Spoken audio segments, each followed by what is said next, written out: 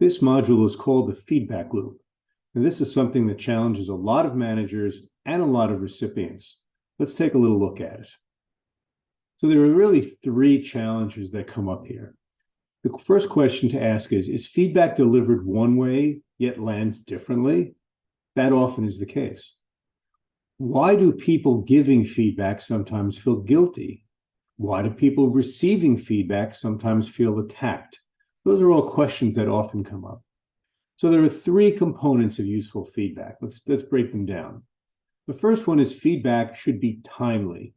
It should be delivered in a prompt manner. And so this way it stays relevant and the person you're delivering the feedback to is receptive to it.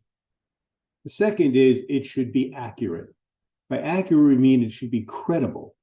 Which means it should be measurable. There should be some metrics associated with it, not just, I feel you're doing this instead of that. Here are some metrics, some measurable numbers that are associated with it.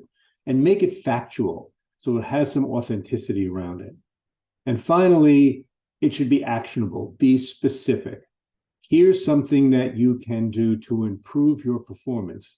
Make it realistic and make it objective, so it's not just an opinion.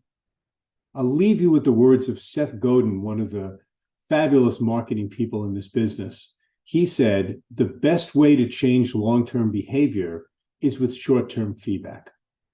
Hopefully this will give you an idea of what this module is about. Thanks for watching.